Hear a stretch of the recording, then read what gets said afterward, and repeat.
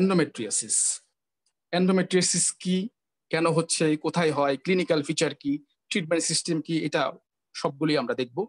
তবে এন্ডোমেট্রিয়াসিস যে বিষয়গুলোর সাথে সম্পর্কিত থাকে সেটা হচ্ছে ডিসমেনোরিয়ার সাথে সম্পর্কিত, মেনোরেজিয়ার সাথে সম্পর্কিত, ম্যাট্রোরেজিয়ার ক্ষেত্রে সম্পর্কিত, ফাইব্রয়েড ইউরাসের ক্ষেত্রে সম্পর্কিত। অর্থাৎ এই ব্যাপারগুলো একটার সাথে আরেকটা মানে অঙ্গাঙ্গিভাবে সম্পৃক্ত থাকে। এই জন্য এগুলো হয়তো পৃথকভাবে ওরকম ভাবা হয় না, কিন্তু সব মিলিয়ে একটা ভালো ইম্পর্টেন্ট রোল পালন করে এন্ডোমেট্রিওসিস। তাহলে এখানে যে বইয়ের যে ভাষা, আমি সরাসরি বইয়ের ভাষা ইউজ করতেছি। আমি দুইটা বই রেফারেন্স হিসেবে নিচ্ছি, একটা হচ্ছে গাইনির দত্ত বই আর একটা হচ্ছে জেফকট। এই দুইটা বই আমি গাইনির আমার সাবজেক্টের হিসেবে রেফারেন্স হিসেবে নেই। আপনারা আরো অধিক তথ্য যদি মনে হয় যে জানা দরকার, তাহলে এই বই থেকে আপনারা দেখতে পারেন। বই যদি না থাকে অনলাইনে এগুলোর পিডিএফ ফাইল অলরেডি আপলোড করা আছে, সেগুলো থেকে দেখতে পারেন। তাহলে ফাংশন ইন এন্ডোমেট্রিয়াম কেন বলা হচ্ছে যে এন্ডোমেট্রিয়াম, মায়োমেট্রিয়াম, পেরিমেট্রিয়াম, এটা ইউটেরাসের 3টা লেয়ার। ইউটেরাস একটা হোলো অর্গান, মানে ভিতরে একটা ফাঁপা থাকে। বিকজ সেখানে ফাঁপা থাকার একটাই কারণ সেখানে ইমপ্লান্টেশন হয়, সেখান থেকে শেডিং হয়। এই জন্য এটাকে হোলো অর্গান বা ফাঁপা অর্গান বলা হচ্ছে। ফাংশন কি? ফাংশন এন্ডোমেট্রিয়াম কেন বলা হয়?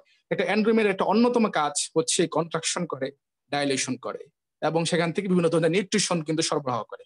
এই জন্য এটার একটা কাজ আছে লেয়ারটার, এন্ডোমেট্রিয়ামের। এবং এখানে অনেকগুলো ডিজিজ হয়, যেমন endometrium hyperplasia, endometrial polyp, endometrium neoplasm, endometrium cyst, endometriosis. এবং এন্ডোমেট্রিয়াম থেকে পরবর্তীতে বিভিন্ন লেয়ারে, বিশেষ করে মায়োমেট্রিয়ামে যখন ট্রান্সফার হয় সেই লেয়ারটা বা সেই টিস্যুটা, তখন এটাকে অ্যাডেনোমায়োসিস বলা হয়। তাহলে অনেকগুলো কাজ কিন্তু এখন এই এন্ডোমেট্রিয়ামে কিন্তু হচ্ছে। এই জন্য এন্ডোমেট্রিয়ামটা কিন্তু একটা ইম্পর্টেন্ট। এবং আমরা যে ডিএনসি করি, যে এখানে কোনো কার্সিনোসিন না, কোনো ম্যালিগনেন্সি আছে কিনা সেটা কিন্তু টেস্ট করার জন্য ডিএনসি করে এখান থেকে কিন্তু একটু সোয়াব কিংবা একটু কিউরি করে চেসে নিয়ে আসা হয়, তারপরে এটা হিস্টোলজি করে দেখা হয়। এই জন্য এইসবের কারণে তারপর হচ্ছে এন্ডোমেট্রিয়াম লেয়ার গুলো শেডিং হচ্ছে, প্রতি মাসে একবার করে শেডিং হচ্ছে। সব মিলিয়ে এন্ডোমেট্রিয়াম লেয়ারটা একটা ব্যাপক একটা কাজ কিংবা একটা ভূমিকা অন্যরকম। এবং বাল্কি ইউটেরাস যে আমরা বলি, যে ইউটেরাস বড় হয়ে গেছে, আলট্রাসোনোগ্রাফিতে অনেকেরই দেখি, বিশেষ করে 45 ইয়ার্স তাদের ক্রস করে গেছে বা 50, তাদের ক্ষেত্রে কিন্তু ঘন ঘন এই ব্যাপারটা দেখা যাচ্ছে যে এই মানে কি বলে যে বাল্কি ইউটেরাস, সেখানেও কিন্তু যে এন্ডোমেট্রিয়াম যে লেয়ারটা এটা বড় হয়ে যাচ্ছে। টিভিএস ট্রান্সভ্যাজাইনাল সোনোগ্রাফি করে ভালো স্পষ্ট কিন্তু সেটা বোঝা যায়। তাহলে এখানে দুইটা কারণ, একটা হচ্ছে গ্ল্যান্ডস, একটা হচ্ছে স্ট্রোমা। এই দুইটা শব্দ নিয়ে আসার কারণ কি, এখানে যে দুইটা ফাংশন হচ্ছে এই এন্ডোমেট্রিয়ামটা করে। গ্ল্যান্ডস কি, আমরা তো জানি যে গ্ল্যান্ড বিভিন্ন আছে, যেমন কিছু আছে হরমোন তৈরি করে, বাট এখানে কিন্তু সেই ব্যাপারটা না। এখানে এই গ্ল্যান্ডটা যে কাজটা করে সেটা হচ্ছে, আমরা মেনস্ট্রুয়েশন সাইকেলের 3টা সাইকেল কিন্তু পড়ে আসছিলাম। একটা হচ্ছে লুটিয়াল ফেস, একটা হচ্ছে সিক্রিটরি ফেস, একটা হচ্ছে মেনস্ট্রুয়েশন ফেস। তাহলে এই গ্ল্যান্ডসটা যেটা হচ্ছে সেটা হচ্ছে আমাদের যে সিক্রিটরি যে ফেস যেটা আছে, সিক্রিটরি ফেস কোন সময় আমরা বলবো, যে সময়টা থেকে ওভুলেশন হয়ে গেছে গ্রাফিয়ান ফলিকল থেকে বা একটা ম্যাচিউর ফলিকল থেকে, সেখান থেকে একটা ওভাম রাপচার হয়ে এন্ডোমেট্রিয়াম কি বলে ওটাকে, গ্রাফিয়ান ফলিকলের প্রাচীর ভেদ করে পেরিটোনিয়াল ক্যাভিটিতে পড়ে গেছে। এই ব্যাপারটাই হচ্ছে কি ওভুলেশন হয়। এটা 14 ডেজ হয়, যেদিন থেকে মেনস্ট্রুয়েশন হওয়ার তার আগে হচ্ছে এটা হয়।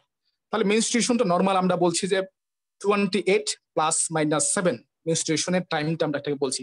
আবার একটু শুনি, 28 ± 2 না, কিন্তু 28 ± 7। কেন 7? কারণ 21 থেকে 35 দিনের ভিতরে হচ্ছে এই জিনিসটা নর্মাল কিন্তু সাইকেল।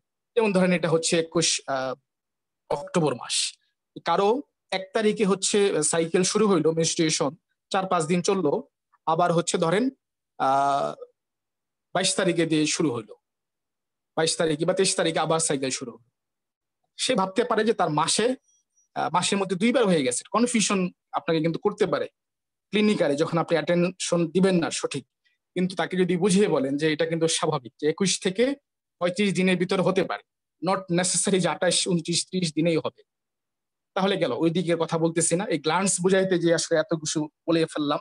তাহলে কি হয়, সেই সেক্রেটরি ফেসটা, অর্থাৎ ওভাম যখন পড়ে যায়, তখন সেই গাফিয়ান যে ফলিকলটা থাকে সেটা কিন্তু কর্পাস লুটিয়াম কিন্তু ফর্মেশন করে।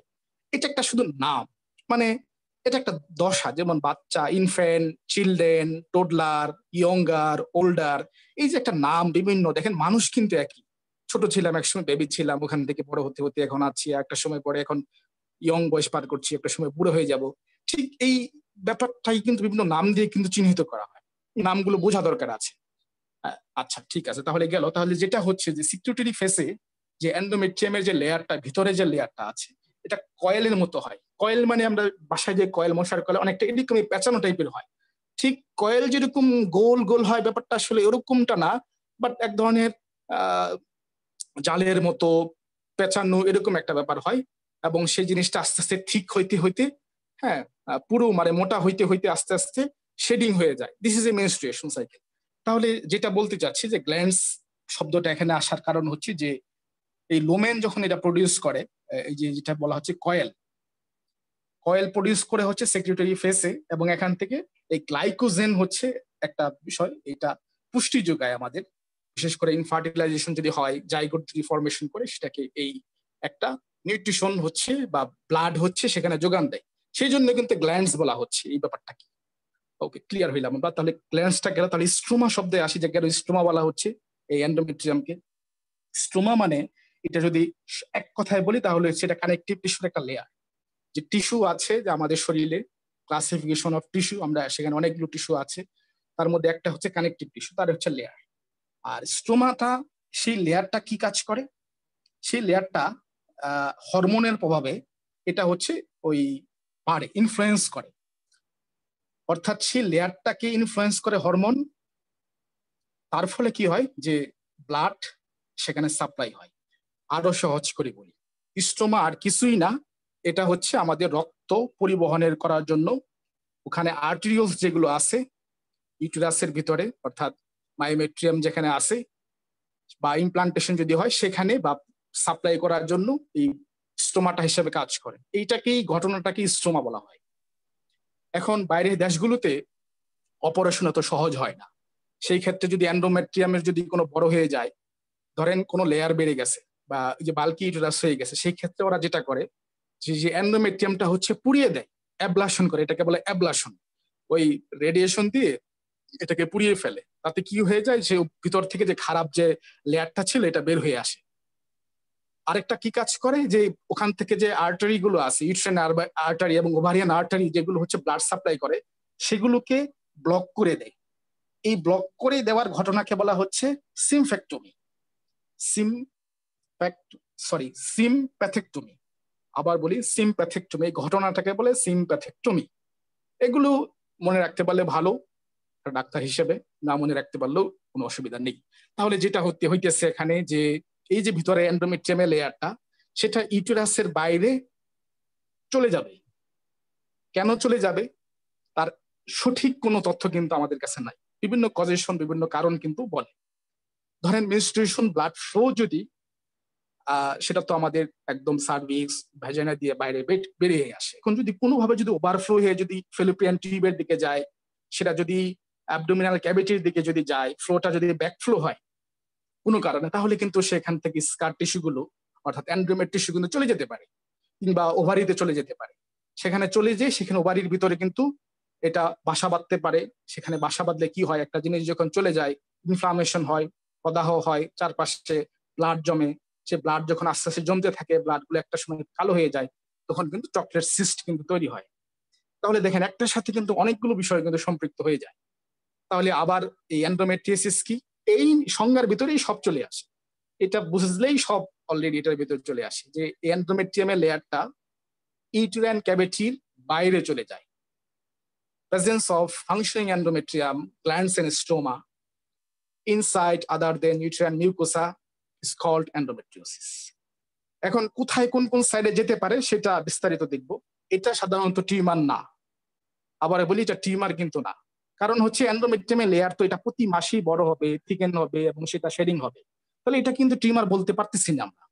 এই জন্য এটাকে বলতেছি যে ইট ইস নট নিউপ্লাজম অথবা টিউমার, একই জিনিস, কিন্তু ম্যালিগনেন্সি হওয়ার কিন্তু চান্স থাকে। এই জন্য এটা একটা ইম্পর্টেন্ট। এবং সিএ সার্ভিস, যারা ওই যে ক্যান্সার অ্যাওয়ারনেস প্রোগ্রাম করে, কিংবা গাইনি ডিপার্টমেন্টে কিন্তু এই ধরনের সিএ কার্সিনোমা এগুলো কিন্তু খুব অ্যাভেলেবেল এখন। ওকে, তাহলে এন্ডোমেট্রিয়াসিস জিনিসটা আমরা স্বাভাবিকভাবে একটা ধারণা পেলাম। এখানে কিছু টাইপ আছে, এই টাইপগুলো অতটা ইম্পর্টেন্ট না। এখানে দেখেন এই সারফেস এপিথেলিয়াম, গ্ল্যান্ডস, স্ট্রোমা, এই বিষয়গুলি বলা হচ্ছে বিভিন্ন ভাবে। তিনটা থাকতে এটাকে ফ্রি বলে, ফ্রিলি থাকতে পারে, আবার আবদ্ধ থাকলে এটাকে বলে গ্ল্যান্ডস স্ট্রোমা, সিল থাকলে এটার কোনো ব্যাখ্যা নাই আমার কাছে, এটা টাইপ শুধু বইয়ে দেয়া আছে, মনে রাখতে পারে, বাট ডেফিনেশনটা মনে রাখতে হবে যে এই ব্যাপারটা হচ্ছে হয়। আচ্ছা, এখন কোথায় কোথায় হয়, কমন সাইট, এই এন্ডোমেট্রিয়াসিস সেই লেয়ারটা কোথায় কোথায় চলে যেতে পারে, এটা হচ্ছে পড়ার ব্যাপার, বোঝার ব্যাপার। অ্যাবডোমেনের ভাগ করে দেওয়া আছে। ওভারি প্রথমে বলা আছে, ওভারিতে চক্রের সৃষ্টির কথা তো বলেই ফেললাম, একটা হচ্ছে, আরেকটা হচ্ছে পাউচ অফ ডগলাস, অথবা এটা আরেকটা নাম হচ্ছে cul de sac, COLDESAC, cul de sac. Broad ligament, uterosacral ligament, sigmoid colon. আমি ডেফিনিশনের চাইতে ছবি দেখাইলে এটা ভালো হয়, যে পাউচ অফ ডগলাস কোনটা।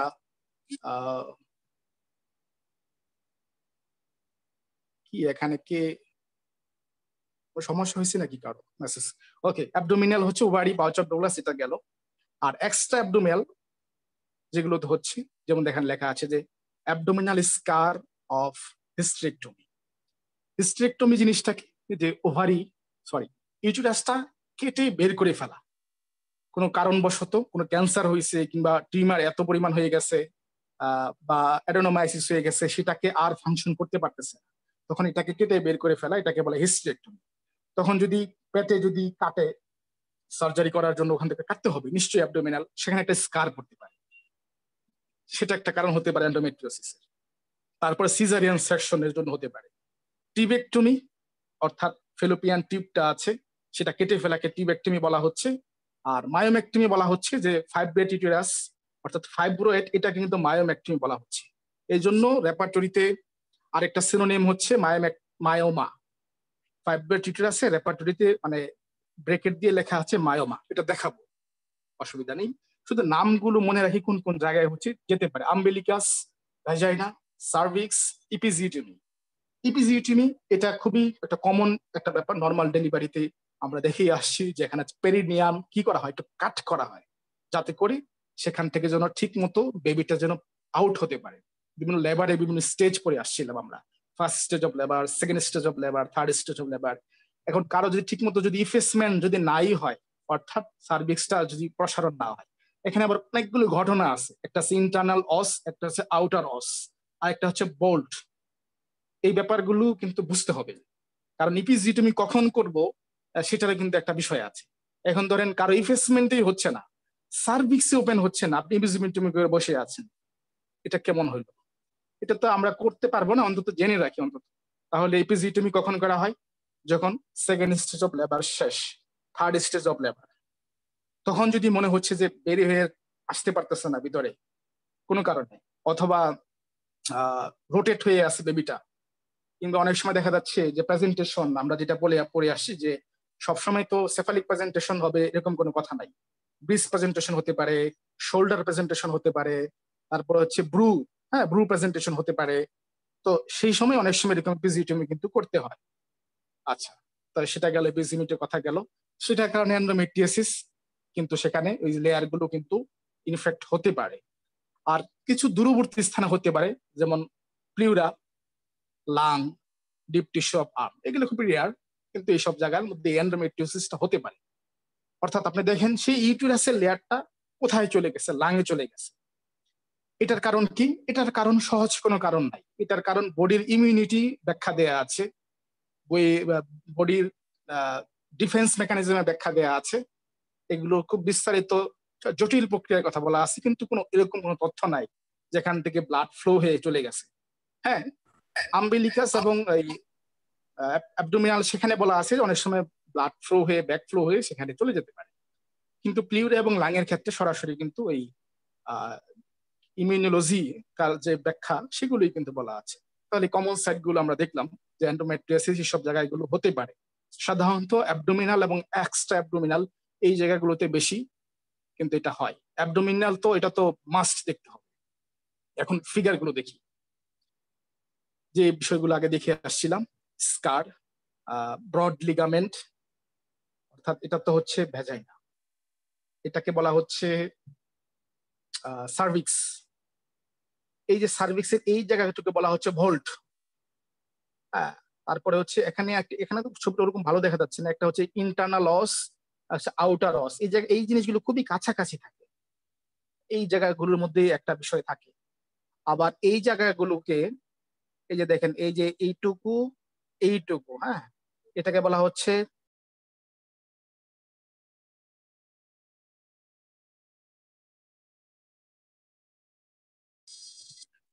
ফোন আসতেছে কি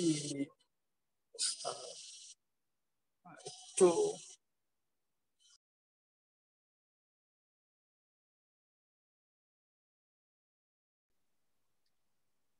আচ্ছা, তাহলে আমরা এই অ্যাবডোমিনালের এন্ডোমেট্রিওসিস কোথায় হতে পারে, কোথায় ছড়াইতে পারে সেই জিনিসগুলো বলতেছিলাম, এবং এটাকে বলতেছিলাম অ্যান্টিরিয়র ফর্নিক্স, পোস্টেরিয়র ফর্নিক্স এর কথা বলতেছিলাম। তাহলে ব্রড লিগামেন্ট গেল, রেক্টোভ্যাজাইনাল সেপ্টাম, কালডেসেক বলে আসছিলাম, এটার আরেক নাম হচ্ছে pouch of Douglas, uterosacral ligament, ovary, sigmoid colon. এই জায়গাগুলোতে কিন্তু অ্যাবডোমিনাল এন্ডোমেট্রিওসিস হওয়ার চান্স কিন্তু সব থেকে বেশি থাকে। তাহলে এটা কিভাবে বোঝা যাবে? প্রথমত এটা ইউএসজি করলেই নর্মালি ধরা পড়ে যায়, 4D কালার ডপলার যেটা, এটা করলেই ধরা পড়ে যায়। তারপরে যদি না হয়, দেখা যাচ্ছে যে এরকম জায়গায় আছে বা ঠিকমতো ডিটেক্ট করা যাচ্ছে না, তখন অনেক সময় ল্যাপারোটমি ডায়াগনোসিস করতে হয়। ল্যাপারোটমির অনেকগুলো কাজ, ডায়াগনস্টিক ল্যাপারোটমি কিন্তু হতে পারে সেই ক্ষেত্রে। অর্থাৎ আবার সেই লাইট, অর্থাৎ এটাকে কি বলে, টেলিস্কোপ দিয়ে কিন্তু এটা কিন্তু দেখা হয়। আমরা এমন একটা বিষয় দেখবো সামনের দিকে। তাহলে আমরা একটা ধারণা পেলাম এখান থেকে যে এন্ডোমেট্রিওসিস এই জিনিসটা হচ্ছে এন্ডোমেট্রিয়ামের একটা লেয়ার। সেই লেয়ারটা হচ্ছে বিভিন্ন জায়গায় হচ্ছে চলে যেতে পারে, বিভিন্ন কারণে চলে যেতে পারে। সেটা কোন কোন জায়গায় চলে যেতে পারে সেই ব্যাপারগুলো আমরা দেখলাম। এটাকে তিনটা ভাবে ভাগ করছে, অ্যাবডোমিনাল, একটা এক্সট্রা অ্যাবডোমিনাল, আর একটা হচ্ছে রিমোট। বিভিন্ন জায়গায় সব থেকে বেশি কমন অ্যাবডোমিনাল, এই সব জায়গাগুলোতে হতে পারে। সেখানে হয়ে কি কি সিমটম সাইন তৈরি করে সেগুলো আমরা এখন একটু করে দেখি। এটা আরেকটা ব্যাপার হচ্ছে, যেমন ব্লিডিং ফর্ম স্কার এন্ডোমেট্রিওসিস, এটা সরাসরি বই থেকে নেয়া, আমি ইন্টারনেট থেকে এটা করি নাই। বই খুললে এই ছবিগুলো দেখবেন, এই জন্য এই ছবিগুলো আমি সামনে নিয়ে আসছি। যে দেখা যাচ্ছে যে কোনো কারণ নাই, দ্যার ইজ নো কোনো স্ট্রাকচারাল কোনো কজ নাই, স্কার ছিল এখানে লোয়ার অ্যাবডোমেনে, সেখান থেকে যে কোনো কারণে হতে পারে, সেখান থেকে এই ধরনের ব্লিডিং হইতেছে। এটা কিন্তু তখন ধারণা করতে হবে this is endometriosis, probable diagnosis endometriosis. The patient was examined during her menstruation. মেনস্ট্রুয়েশনের সময় এরকম সে দেখতেছি স্কার থেকে কোনো একটা, স্কার মানে কি, দাগ পড়ে গেছে, কোনো কারণে একটা দাগ হয়ে গেছে, স্পট পড়ে গেছে, দিস ইজ স্কার। আমাদের মুখে একনি হয়, একনি হওয়ার পরে চাপাচাপি করলে সেখানে দাগ পড়ে যায়, this is scar tissue formation. Okay, তাহলে এটার কারণ অথবা এটার ঝুঁকি কারা আছেন, কোন বয়সী মানুষগুলো আছে। এখন একটা 22-23 বছর যদি আসে, তার ধারণা করা ঠিক হবে না তার এন্ডোমেট্রিওসিস আছে। এই এজটা কিন্তু আমাদের খুব একটা ভালো ক্লু দেয় বিভিন্ন ট্রিটমেন্টের ক্ষেত্রে, সব ধরনের ট্রিটমেন্টের ক্ষেত্রে, সেটা যেই কেসই হোক, শিশু হোক, বয়স্ক হোক, মধ্যবয়সী হোক। একটা এজ 30 থেকে 40 ইয়ার্স, এই সময়ের ভিতরে এই সাধারণত এটার চান্স বেশি থাকে হওয়াটার। এবং আরো ভালো ব্যাপার যে আমাদের সম্ভাবনা কম, একটু হোয়াইট যারা আছেন, মানে একটু শ্বেতাঙ্গ, এই জাতিগুলোকে এটা প্রবণতা বেশি থাকে। যারা সাদা আছেন তারা কিন্তু বিপদে আছেন। তারপরে ফ্যামিলি হিস্ট্রিটা খুবই কমন থাকবে, যে অতীত ইতিহাসে হয়তো কারো ছিল, খুব কাছা নিয়ারেস্ট কোনো ব্লাড সম্পর্ক তাদের ছিল, এরকম একটা হিস্ট্রি থাকাটা স্বাভাবিক। এবং একটা সোশিও ইকোনমিক কিন্তু একটা ব্যাপার আছে এখানে। কেমন ব্যাপার, যে যারা একটু লেট করে বিয়ে করছে কিংবা একটু লেট করে বাচ্চা নিচ্ছে, বেবি নিচ্ছে, তারা কিন্তু এটার ঝুঁকিতে কিন্তু আছে। বিভিন্ন কারণে হতে পারে, পড়াশোনার জন্য হতে পারে, এটার জন্য হতে পারে, বা যে কোনো কারণেই হোক, এই ব্যাপারটা কিন্তু ফ্যাক্টরটা কিন্তু কাজ করে। এবং প্যারিটির কথা আছে, প্যারিটি, প্যারা মানে কি, কয়টা ছেলে মেয়ে আছে, এটাকে বলা হয় প্যারা। আচ্ছা, তাহলে 50% to 70% চান্স নালী প্যারা, মানে যাদের কোনো বেবি হয় না, অর্থাৎ যারা ইনফার্টিলিটি প্রবলেম কিংবা স্টেরিলিটি প্রবলেম, এই বিষয়গুলো সামনে আমরা আলাদা আলাদা করে পড়বো, ইনফার্টিলিটি, স্টেরিলিটি, কারণ এগুলো আলাদা আলাদা করে পড়া দরকার আছে এবং রেপার্টরি দেখা দরকার আছে। তাহলে 50 থেকে 70% এই নালী পাড়া, যাদের কোনো ছেলে মেয়ে হয় না, বন্ধা বলি যাদেরকে, তাদের কিন্তু এটা চান্স বেশি। তারপরে ইস্ট্রোজেন প্রজেস্টেরন হরমোনের গন্ডগোল, ইমব্যালেন্স, এটা তো সাধারণ কথা গাইনির। আরেকটা হচ্ছে রেট্রোভার্সন অফ ইউটেরাস। ইউটেরাসটা সাধারণত আমাদের যে পজিশনে থাকে, অ্যান্টি ভার্সন অ্যান্টি ফ্লেকশন থাকে। একটু কিভাবে বোঝানো যায়, একটা এটা একটু ছবি দেখে নিন, নাহলে আমি শেষের দিকে আবার ছবি দেখাই দেবো। রেট্রোভার্সন মানে উল্টা, অ্যান্টি রেট্রোভার্সন। এর ছবি না দেখলে ভালো, ছবি তো আছেই সামনে, পার করে গেছি একটা ছবি। দিস ইজ অ্যান্টি ভার্সন, এটা ভালো বোঝা যাচ্ছে না, ছবিটা একটু লম্বা হয়ে গেছে, ইউটেরাসটা একটু এরকম থাকে, একটু কার্ভ থাকে, এটাকে অ্যান্টি ভার্সন অ্যান্টি ফ্লেকশন বলা হয়। আর এটা একটু যখন সোজা হয়ে যায়, এটা অনেকটা ওরকমই মনে হইতেছে যে রেট্রোভার্সন। তো এটা একটা পজিশনের ব্যাপার, আর কিছুই না। রেট্রোভার্সনটা সাধারণ না, এটা অস্বাভাবিক। রেট্রোভার্সন ইউটাস তারা হচ্ছে এই ধরনের ঝুঁকিতে থাকে। আচ্ছা, ক্লিনিক্যাল সিমটম, এটা আমাদের খুব ইম্পর্টেন্ট। দুঃখজনক ব্যাপার যে 25% রোগীকে আমরা ধরতেই পারি না যে এটা সমস্যা আছে। দেখা যাচ্ছে তারা খুব অ্যাডভান্স স্টেজে চলে গেছে, তখন আমাদের কাছে ডায়াগনোসিস হয়ে হয়তো আসে।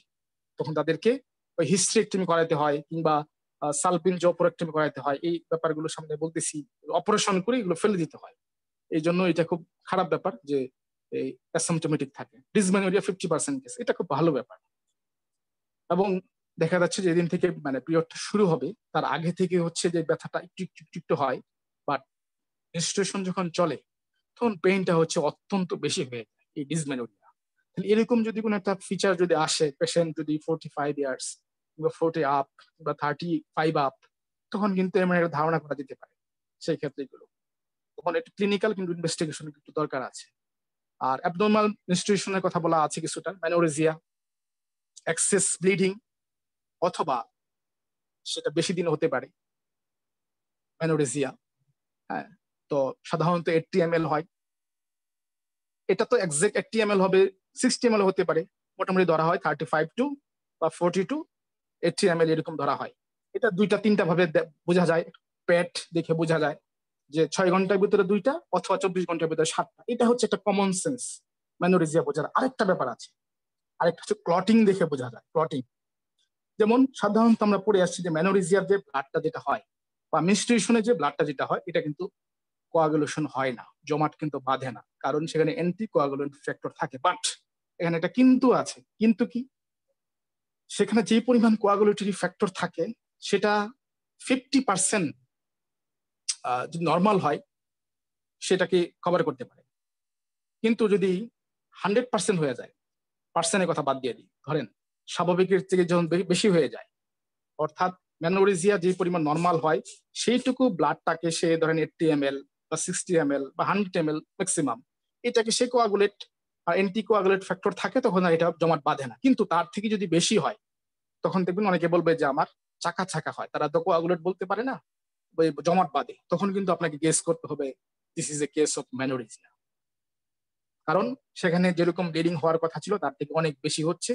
বেশি হওয়ার কারণে সেখানে অ্যান্টি কোয়াগুলেন্ট ফ্যাক্টরের পরিমাণটা কমে গেছে, সেই জন্য এই ব্লাডটা কিন্তু জমাট বেঁধে যাচ্ছে। এটা একটা ক্লু হতে পারে।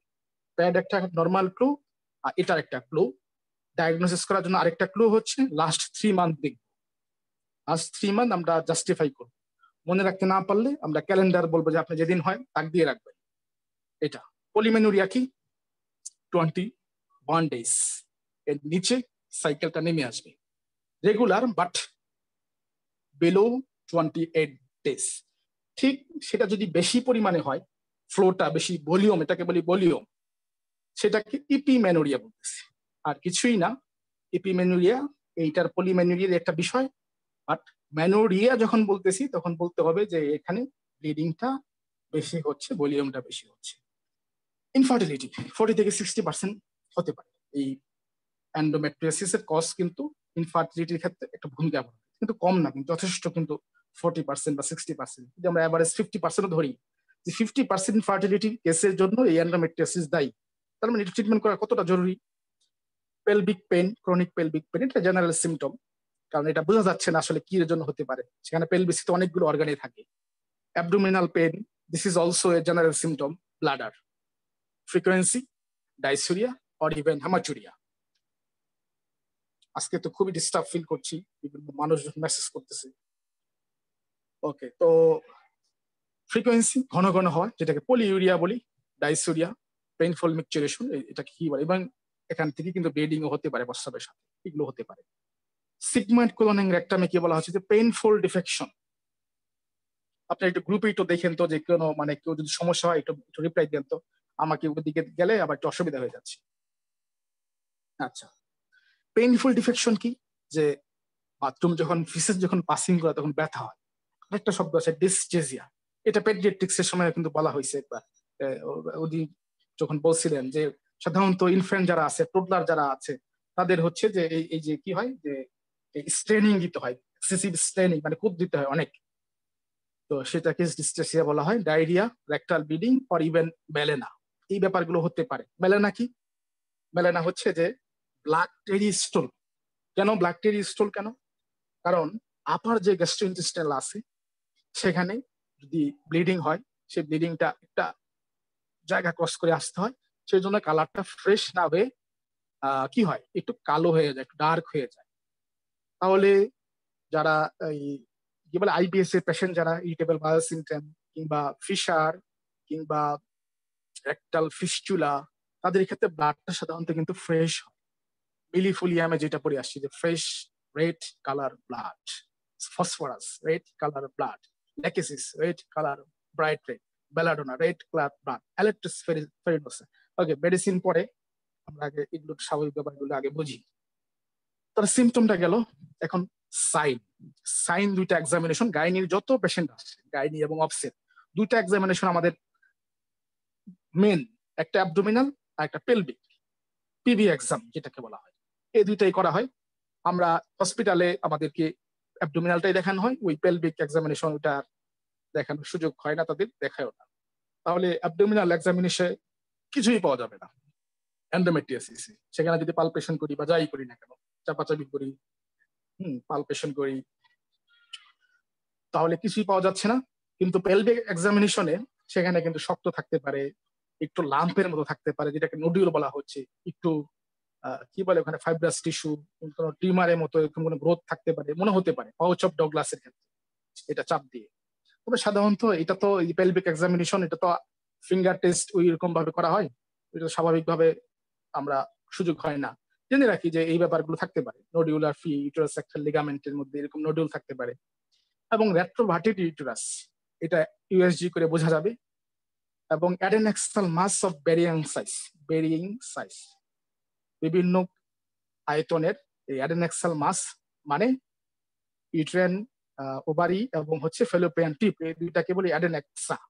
এখানে কিন্তু এই ধরনের কোনো বৃদ্ধি, কোনো গ্রোথ কিন্তু থাকতে পারে, এরকম কিন্তু পেতে পারি এই এক্সামিনেশনে।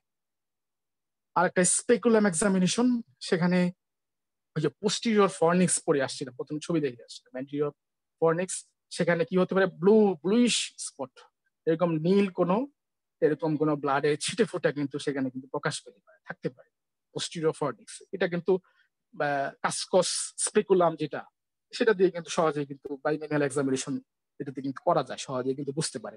আমরা হয়তো করতে পারবো না, বাট খুব সহজে রিভিল করা সম্ভব এটা। তাহলে এটা গেল ডায়াগনোসিস, এটা আমরা করতে পারবো বা এটা দিতে পারবো। সিরাম মার্কার CA-125, স্পেশালি এটা কার্সিনোমা ম্যালিগনেন্সির জন্য ডিটেক্ট করার জন্য এটা করা হয়, ব্লাডের সিরাম থেকে করা হয়, ব্লাড নেওয়া হয়, ওখান থেকে সিরাম থেকে এটা দেওয়া হয়, দেখা হয়। তারপরে transvaginal sonography, double puncture laparoscopy, ওই যে বললাম যে ল্যাপারোস্কোপি ডায়াগনোসিস হতে পারে, অর্থাৎ এখান থেকে নল ঢুকিয়ে দেখা হচ্ছে, ল্যাপারোটমি, পরে আবার ল্যাপারোটমি লেখা। আর এটা হচ্ছে বায়োপসি।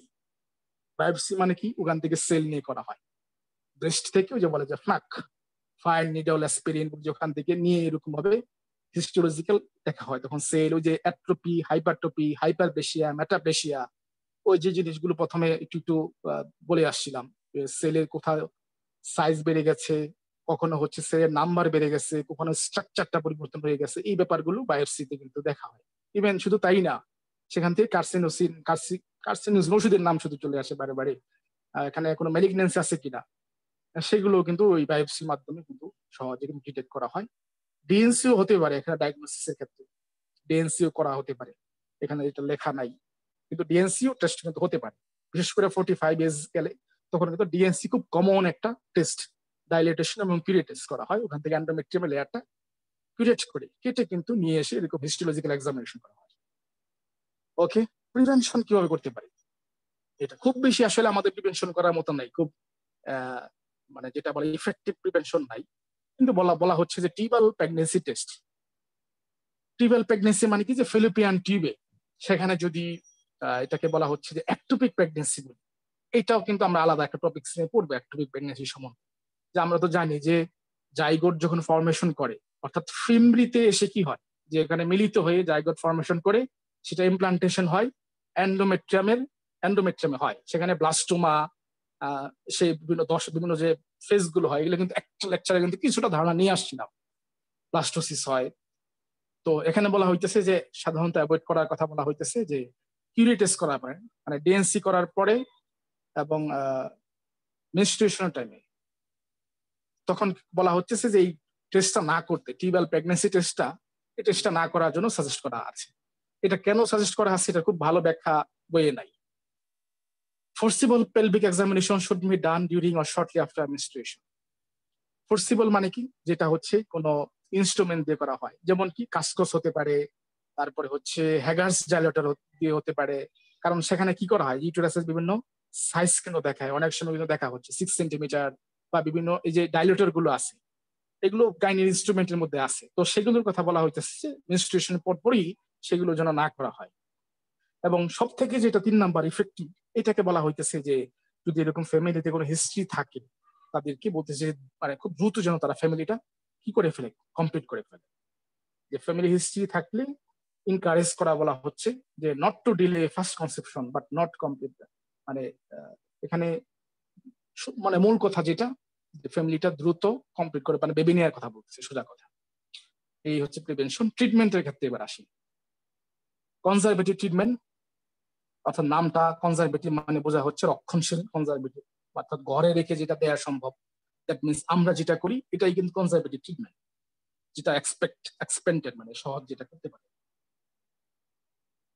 আচ্ছা, তাহলে এখানে বলা হচ্ছে যে অ্যাসিমটোমেটিক পেশেন্ট, তাদের ক্ষেত্রে কিছুটা অসুবিধা হতে পারে।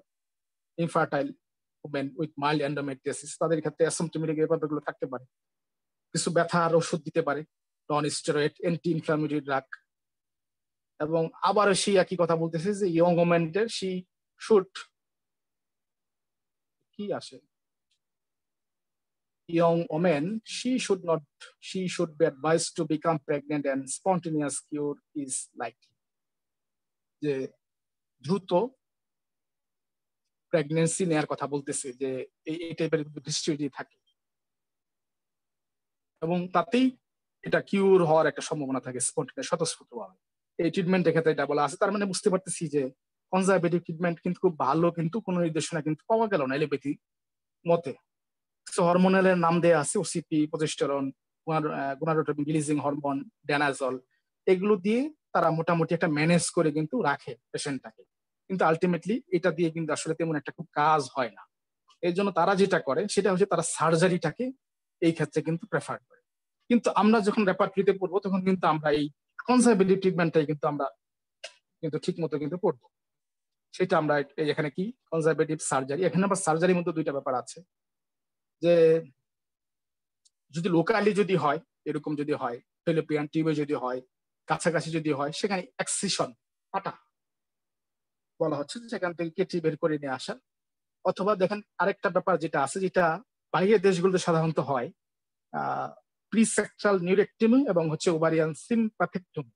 এই জিনিসগুলো পেন রিলিফ করার জন্য হয়। অর্থাৎ বিষয়টা হচ্ছে যে মাথা ব্যথা, মাথা কেটে ফেলো, মাথা ব্যথা থাকবে না।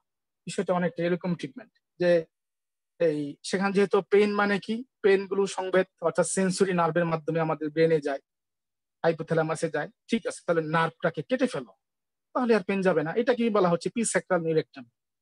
নিউরেক্টমি মানে কি, যে অনেকগুলো নার্ভ যেখানে একসাথে জমা হয়, এটাকে বলা হচ্ছে প্লেক্সাস। তো এই জন্যই বলা হচ্ছে যে এই এই প্লেক্সাস গুলোকে, যে গ্রুপ অফ নার্ভ যেগুলো আছে, যেগুলো হচ্ছে এই পেইনটা বহন করে, কন্ডাক্ট করে, সেটা কেটে ফেলো, রিমুভ করে ফেলো, বাস খেলা শেষ। আরেকটা আছে ওভারিয়ান সিম্প্যাথেক্টমি। ঠিক আছে, কেটে ফেলা যদি অসুবিধা হয়, দরকার নেই, সেটাকে ব্লক করে দাও, কাট করে দাও, ফেসবুক থেকে ফ্রেন্ড লিস্ট আনফ্রেন্ড করে দাও, ব্লক। এটাকে বলা হচ্ছে যে ওভারির যে নার্ভ গুলো সেটা সিম্প্যাথিক, আর কিছুই না। তাতে কি হবে, কিছুটা পেন রিলিভ হবে এই। বাট তাদের যে ডেফিনিটিভ সার্জারি আছে যেগুলো হচ্ছে তারা সব থেকে বেশি করে, যে যদি অ্যাডেশন হয়ে যায়, সেখানে যদি জমাট বেঁধে যায়, অ্যাডেশন সংযুক্ত হয়ে যায়, অ্যাডেশন বিভিন্ন অর্থ হতে পারে, তখন কি কি করার বলা হচ্ছে যে অ্যাডেশন ওমেন অ্যাবভ 40 ইয়ার্স তাদের ক্ষেত্রে হিস্ট্রেক্টমি করে ফেলো, টোটাল অ্যাবডোমিনাল হিস্ট্রেক্টমি, একদম ইউটেরাস, ফেলোপিয়ান টিউব, এবং প্রয়োজন বোধে যদি সেটা যদি ওভারিতেও ট্রান্সমিট করে সেটাও কেটে ফেলো, টোটাল অ্যাবডোমিনাল হিস্ট্রেক্টমি। অথবা যদি পুরাটা না হয় তাহলে শুধুমাত্র দুই পাশ থেকে, বাইলেটারাল মানে কি দুই দিক থেকে, সালপিঞ্জো অফারেক্টমি মানে কি, সালপিঞ্জো মানে ফেলোপিয়ান টিউব, সালপিন্স সালপিনজাইটিস আমরা ওখান থেকে পড়ি যে কি হয়, ফেলোপিয়ান টিউবের প্রদাহ হয়, তাই সালপিনজাইটিস। আর ওফারেক্টমি মানে ওভারি, এখান থেকে আসছে। তা ঠিক আছে, তাহলে এই কি করে ফেলো, যে দুই দিক থেকে কেটে ফেলো, এবং excision of remaining adhesion and implantation, বাকিটা এক্সিশন কি যেগুলো বাকি আছে ইমপ্লান্টেশন করছে সেটাও কেটে ফেলো। তার মানে কাটা সিরা ছাড়া তাদের কোনো ট্রিটমেন্ট কিন্তু এখানে স্পষ্ট কিন্তু ধারণা পাওয়া যাচ্ছে না ওরকম। কিন্তু প্রশ্ন একটা হতেই পারে, এখানে তো কোনো ওই অ্যাবডোমিনালের কথা নাই, প্লুরার কথা নাই, লাঙের কথা তো কিছু নাই, সেখানে ট্রিটমেন্টের কথা থেকে সার্জারির কথা কিছু নাই। সেটা হয়তো অন্য ডিপার্টমেন্টের পড়া হইতে পারে, গাইনিতে সেগুলো নিয়ে এই জন্য আলোচনা করে নাই। কিন্তু আমরা যখন ট্রিটমেন্ট করবো তখন কিন্তু শুধুমাত্র এই অ্যাবডোমিনাল ক্যাভিটির কথা না, সবটার কথাই বলবো। এখন এখন যদি একটু ল্যাপারেটরি এক্সামিনেশনের মাধ্যমে দেখতে চাই যে আসলে এখানে কি হয়, টোটাল বিষয়টা, যে ল্যাপারেটমি দিয়ে যখন এখান থেকে চেক করা হয় যে অ্যাবডোমিনালের ভিতরে ইনভেস্টিগেশন করার জন্য প্রথমে ডায়াগনোসিস, সেখান থেকে কিন্তু এটা খুব সহজে রিভিল হয় যে সেখানে কোনো সিস্ট আছে কিনা, তারপরে হচ্ছে এন্ডোমেট্রিয়াস আছে কিনা, মানে সেই এন্ডোমেট্রিয়াস বিভিন্ন অবস্থা আর কি, কি অবস্থায় আছে কিনা সেগুলো কিন্তু এই ল্যাপারেটমির মাধ্যমে ডায়াগনোসিস করা হয়। যদি ইউএসজির মাধ্যমে প্রকাশ না হয়, রিভিল না হয়, সেটাই কিন্তু এখানে দেয়া আছে।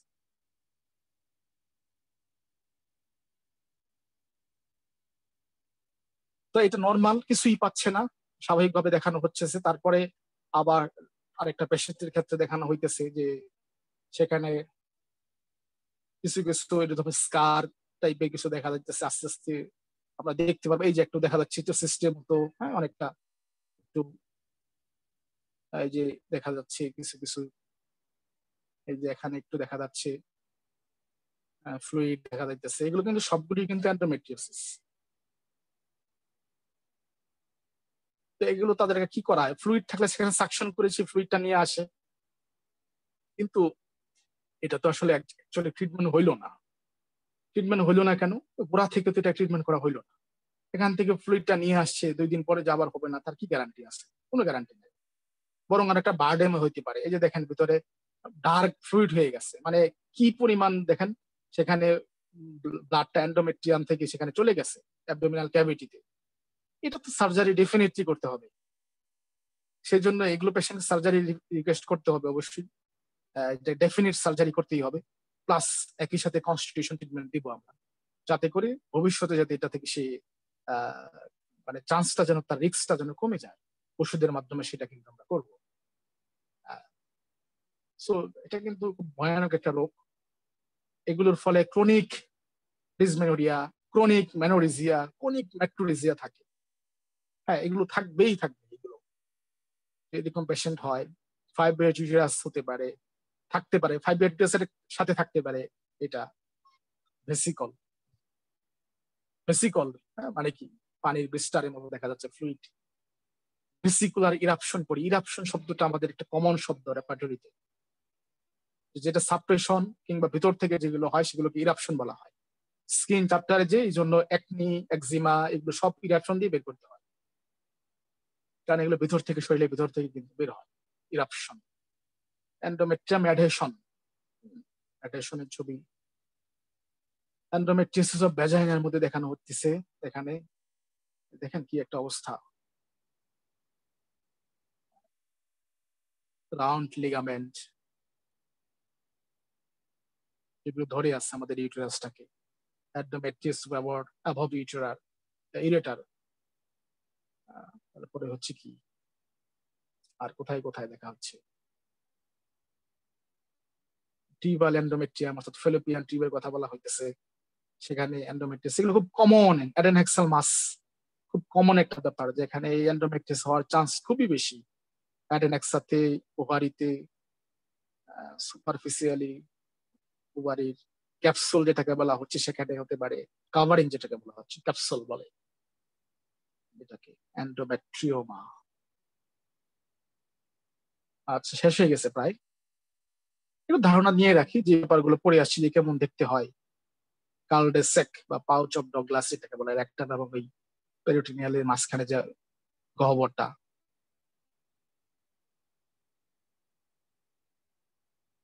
পোস্টেরিয়র কালডেসেক।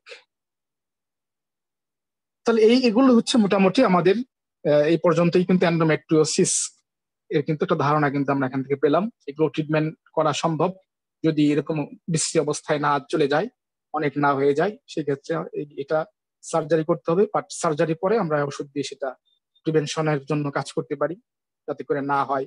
কিংবা কারো যদি ফ্যামিলি হিস্ট্রিতে যদি থাকে, যেমন আমার ফ্যামিলি হিস্ট্রির মধ্যে আমরা এগুলো অনেক তথ্য নেই। রেপার্টরিতে যদিও এটা নাই, এন্ডোমেট্রিওসিস ফ্যামিলি হিস্ট্রি মিলে জেনারেল চ্যাপ্টারে নাই, বাট সেই ক্ষেত্রে আমরা না থাকলেও রেপার্টরিতে মেডিসিন যখন সিলেক্ট করবো তখন মেডিসিনের জ্ঞান দিয়েই করতে হবে। রেপার্টরিতে আসলে একটা কন্টিনিউয়াস এটাকে প্রগনোস করা হচ্ছে, এটাকে এডিশন করা হইতেছে, আস্তে আস্তে রুব্রিক বাড়ানো হচ্ছে। যেমন কমপ্লিট রেপার্টরিতে অনেক রুব্রিক আসছে নতুন। ডায়াফ্রামের কথা বলা হচ্ছে, ডায়াফ্রাম এন্ডোমেট্রিয়াস, যে বললাম রিমোটে কিছু কিছু হয়, লাংয়ে, প্লিউরাতে। এইটা মোটামুটি গেল এন্ডোমেট্রিওসিস সম্বন্ধে একটা ধারণা ওভারঅল। সিজারিয়ার স্কার, এন্ডোমেট্রিওসিস সিজার করার ফলে সেখানে স্কার হয়, সেখানেও থেকে এন্ডোমেট্রিওসিস হতে পারে। আচ্ছা, তাহলে এন্ডোমেট্রিওসিস শেষ। অ্যাডেনোমায়োসিস খুবই ছোট, এটা অ্যাডেনোমায়োসিস, এবং আমাদের ক্ষেত্রে কিছু করার থাকে না ক্ষেত্রে। এই জন্য জেনে রাখি, যেহেতু করার থাকে না, এটা কি হয়, এন্ডোমেট্রিয়ামে যে লেয়ারটা আছে এটা ইমপ্লান্টেশন হয়, কিংবা অ্যাডহেশন হয়, কিংবা ডিপোজিশন হয়, যেভাবে বুঝি মায়োমেট্রিয়ামে হয়। অর্থাৎ একটা লেয়ার থেকে আরেকটা লেয়ারের ভিতরে সেটা অ্যাডহেশন হয়, ডিপোজিশন হয়, যেভাবেই বুঝি। Adenomyosis is a condition where there is ingrowth of the endometrium, both the glandular and stromal component, glandular stromal এগুলো ব্যাখ্যা আগে দিয়ে আসছি, ডিরেক্টলি ইনটু দ্য মায়োমেট্রিয়াম। আর কিছুই না, এটাই হচ্ছে অ্যাডেনোমায়োসিস। এটার ক্ষেত্রে সুবিধাটা কি, এটা সাধারণত এটা সেই মায়োমেট্রিয়াম লেয়ারের মধ্যেই থাকবে, এটা রিমোট এরিয়া অন্যদিকে যাওয়ার কোনো চান্স নাই। যদিও মনে হচ্ছে অন্যদিকে যাওয়ার চান্স নাই, তাহলে ট্রিটমেন্ট সহজ হওয়ার কথা, বাট এটা কিন্তু সহজ না। কেন সহজ না, দেখেন অবস্থাটা কেমন হয়। স্পেসিমেনটা দেখেন বাম দিকে যে দেয়া আছে, এটা কোন বই থেকে নিছি মনে নাই, হয়তো গাইড জ্যাফকট অথবা দত্ত, এরকম একটা কন্ডিশন হয়। এই ক্ষেত্রে ইনসিশন করা ছাড়া, মানে টোটাল অথবা হিস্ট্রিক্টমি করা ছাড়া, মানে ইউটেরাস কেটে ফেলে দেওয়া ছাড়া কোনো উপায় থাকে না। অ্যাডেনোমায়োসিস এরকম যখন হয়ে যায় তখন হয়তো কিছু লোকাল সার্জারি ইনসিশন করা হতে পারে, কিংবা ওই যে বললাম যে কিউরেট করে, ধরেন এই লেয়ারটা হয়তো কিউরেট করে কেটে নিয়ে আসছে সবগুলো, ওরকম যদি খুব বেশি না থাকে সেই ক্ষেত্রে হয়তো এটা করা যেতে পারে, বা অনেক সময় করে যারা সার্জন আছেন, গাইনি অফসেট বা গাইনি সার্জন।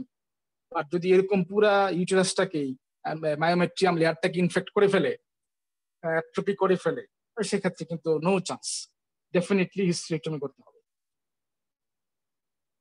এটার ক্ষেত্রে 40 ইয়ার্স, 40 বছর বা তার বেশি, এই বয়সটা হচ্ছে এটা ঝুঁকিপূর্ণ। প্যারাসোমেন সাধারণত এই ক্ষেত্রে কি বাচ্চা টাচ্চা থাকবে, হ্যাঁ, বেবি থাকার সম্ভাবনা, এই মানুষগুলো থাকবে। নালী প্যারা না, এটা প্যারাস, মানে তাদের বেবি একটা আগে আসে, তাদেরকে প্যারাস বলা হয়। ম্যাট্রোরিজিয়া, dysmenorrhoea, dyspareunia, frequency of urination, এটা নতুন করে বলার কিছু নাই। 70%, 30%, তার মানে কি, আমরা আগে ওই যে তখন অ্যাবনর্মাল ইউট্রাইন ব্লিডিং এর সময় যে ব্যাপারগুলো পড়ে আসছিলাম, কজ পড়ে আসছিলাম, ম্যাট্রোরিজিয়ার কজ কি, ডিসমেনোরিয়ার কজ, সাধারণত এটা কিন্তু সেকেন্ডারি ডিসমেনোরিয়া। ওকে, 30% যে কজটা, এটা কিন্তু primary dysmenorrhoea, this is a secondary dysmenorrhoea. সেই জন্য তখন পড়ে আসছিলাম, সেই ব্যাপারগুলো কিন্তু এখন কাজে লাগতেছে। Dyspareunia, painful coitus, frequency of duration, ঘন ঘন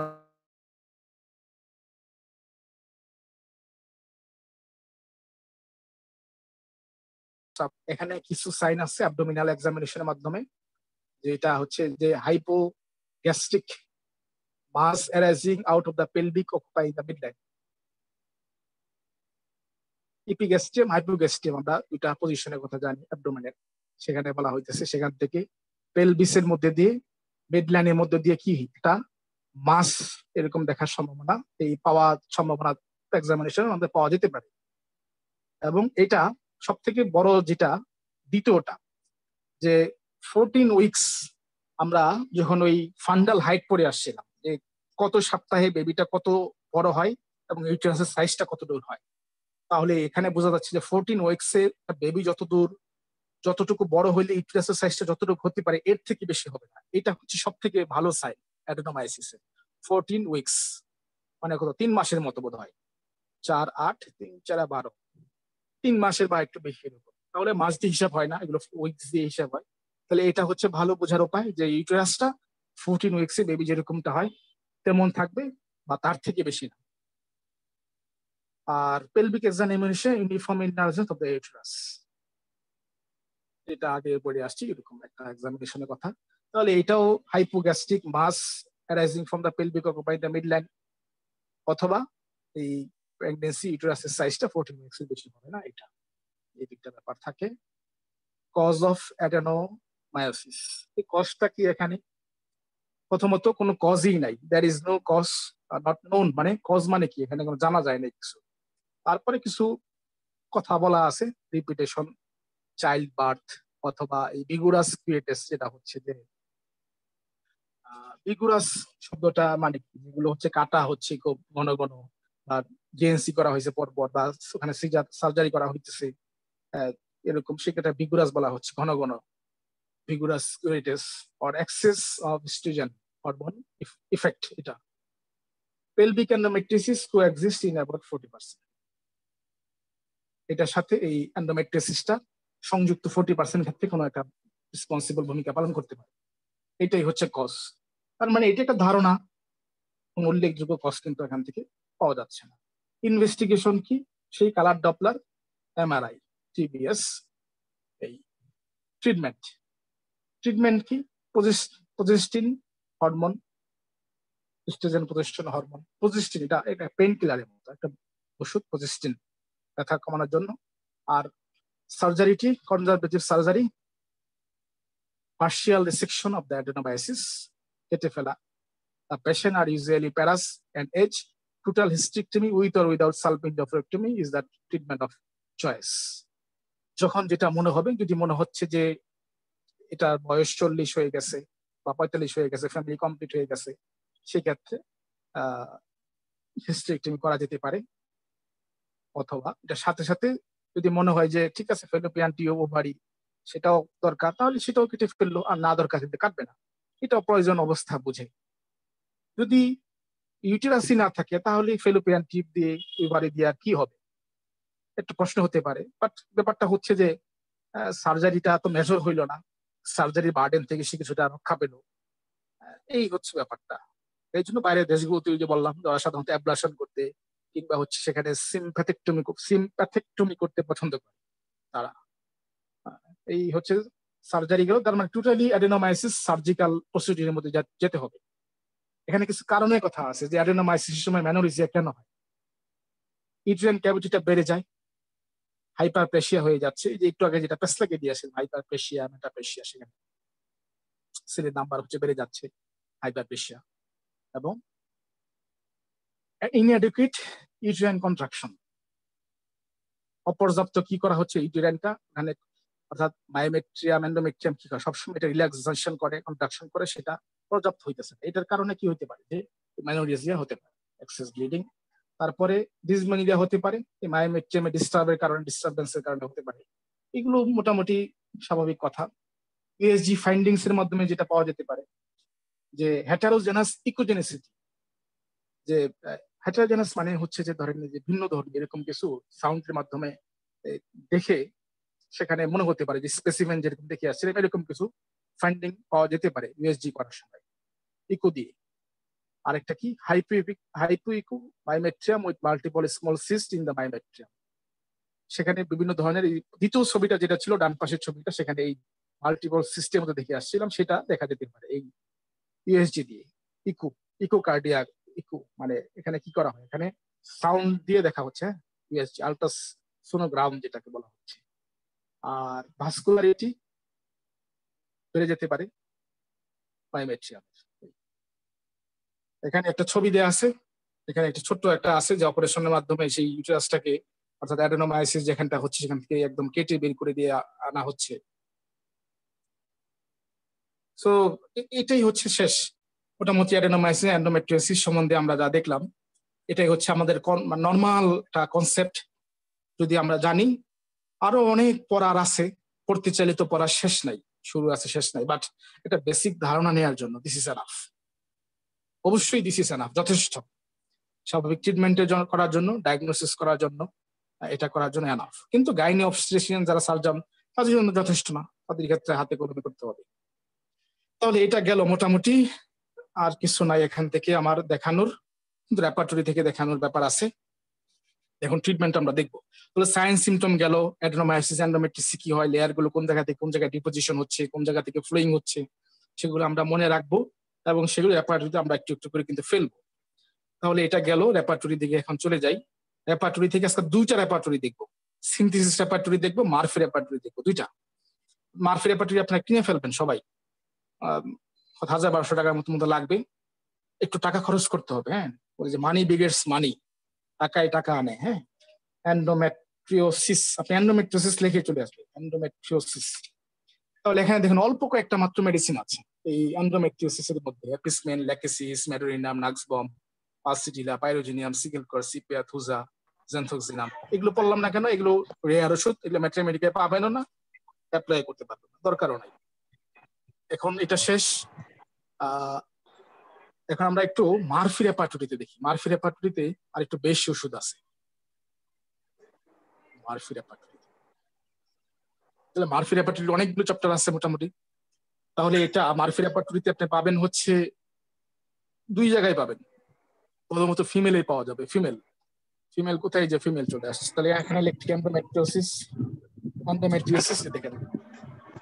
তাহলে এখানে এন্ডোমেট্রিওসিস অ্যাকুইট লেখা আছে, আবার একটা ক্রনিক লেখা আছে, দুইটা বিষয় কিন্তু ধাপ দেওয়া আছে। এখানে কিন্তু অনেকগুলো মেডিসিন আছে, 38টা 44টা, মোটামুটি কয়টা 82টার মতো মেডিসিন আছে। তার মানে আমরা এই মারফি রেপার্টরিটা আমরা এখানে বেশি কাজে লাগাতে, এই জন্য বললাম যে দুইটা রেপার্টরি কিন্তু পাশাপাশি দেখতে হবে। এখন এপিসমেল, আর্সেনিক, বেলাডোনা, ব্রাইনিয়া, সিমিসিফিউকা, জেসিমিয়া, মায়োডিয়াম, মাক্সল, মার্কর্ড, পাসিডিলা, সেবাইনা, সিকেলকর, সিপিয়া, সাইলিশিয়া। ক্রনিকে যদি হয় আর্সেনিক, অরামমেট, অরামমিউনেট, ক্যালকিয়া কার্বনিকাম, কার্বোনিমালিস, সিমিসিফিয়া, মেলোনিয়াস, হাইডাস্টিস, আয়োডিয়াম, তারপর হচ্ছে কেলিয়ার্স, এই ওষুধগুলো আছে। মেহেদি, তোমার এখান থেকে শব্দ হচ্ছে। আচ্ছা, তারপরে হচ্ছে ল্যাকেসিস, ম্যাগনেসিয়াম, ইউরিটিকাম, এগুলো হচ্ছে আমাদের ওষুধ হচ্ছে এই এন্ডোমেট্রিওসিস। আরেকটা চ্যাপ্টারে পাওয়া যাবে ডিজিজ চ্যাপ্টার, আরেকটা চ্যাপ্টার আছে ডিজিজ লেখা, শুধু ডিজিজ। ডিজিজ চ্যাপ্টারটা কোথায়, এ বি সি ডি। এটা একটা সুবিধা হচ্ছে এটা অ্যালফাবেটিক্যালি সাজানো, এই দেখেন ডি, ডিজিজ। তবে এখানে ব্যাপারটা হচ্ছে একই ওষুধ ওরা দুই জায়গায় দিয়ে দিছে, কেন দিচ্ছে আমি জানি না। একই ওষুধ দেখেন সেম 38টা 40টা যেটা পড়ে আসছিলাম, অর্থাৎ ডিজিজ আরেকটা চ্যাপ্টার, ওখানেও ওনারা এটা দিয়ে দিছে। এটা না করলেও পারতেন, ক্রস রেফারেন্স দিয়ে করতে পারতেন, এখন দিছে, অসুবিধা নেই, আমরা এটা না দেখলেও হয়। তাহলে মূল ওষুধগুলো হচ্ছে এগুলো। এখন আমরা আরেকটা জায়গা থেকে ওষুধ দেখতে পাই, সেটা হচ্ছে এনসাইক্লোপিডিয়া। আমাদের আরেকটা বই আছে, ভালো বই, এনসাইক্লোপিডিয়া। সেখান থেকেও আমরা একটু দেখি যে এই এন্ডোমেট্রিওসিস এর কি কি মেডিসিন ওনারা সাজেস্ট করে। আচ্ছা, তাহলে আমরা এখান থেকেও দেখলাম যে এই কি কি মেডিসিন। প্রথম আসছে ম্যাডোরিনাম, তারপরে আসছে নাক্সবম, তারপর আসছে পালসিটিলা, সিকেলকর, সিপিয়া, এপিসমেন, arsenic, belladonna, cimicifuga, conium, iodium, পেলিকা, প্ল্যাকেসিস, অ্যাসিড ফস, রাস্টক, সেবাইনা, স্যালিশিয়া, স্টিমোনিয়াম, সালফার, এখন আরো আছে, অনেক ওষুধ আছে এখানে, মোটামুটি 69 মেডিসিনের কথা আছে। তাহলে আমরা তিনটা জায়গা থেকে মেডিসিন গুলো দেখলাম, সবগুলো মেডিসিন এখান থেকে দেখলাম যে এইগুলো মেডিসিন গুলো আমরা এন্ডোমেট্রিওসিস এই পেশেন্টের ক্ষেত্রে আমরা এই মেডিসিন গুলো প্রথমে বা ট্রিটমেন্ট করার সময় যেন আমাদের সিলেক্টেড তালিকায় জন্য মেডিসিন গুলো থাকে, প্রায়োরিটি বেশি দিব। এবং আমরা যদি সঠিক ওষুধ যদি কনস্টিটিউশন মিলিয়ে সবকিছু মিলিয়ে যদি সিলেক্ট করতে পারি, সেগুলো দেখা যাবে যে এটার মধ্যে কোনো না কোনো মেডিসিনের মধ্যে এগুলো পড়ে গেছে। কারণ এই মেডিসিন গুলো এখানে যেগুলো লেখা আছে সেগুলো এই এন্ডোমেট্রিওসিসের সিমটম কভার করে দেখেই এগুলো লেখা হয়েছে, সেভাবেই রেপার্টরি সাজানো হয়েছে। সো এটাই হচ্ছে মূল হচ্ছে কি বলে যে আজকের এই ক্লাসটা যেটা ছিল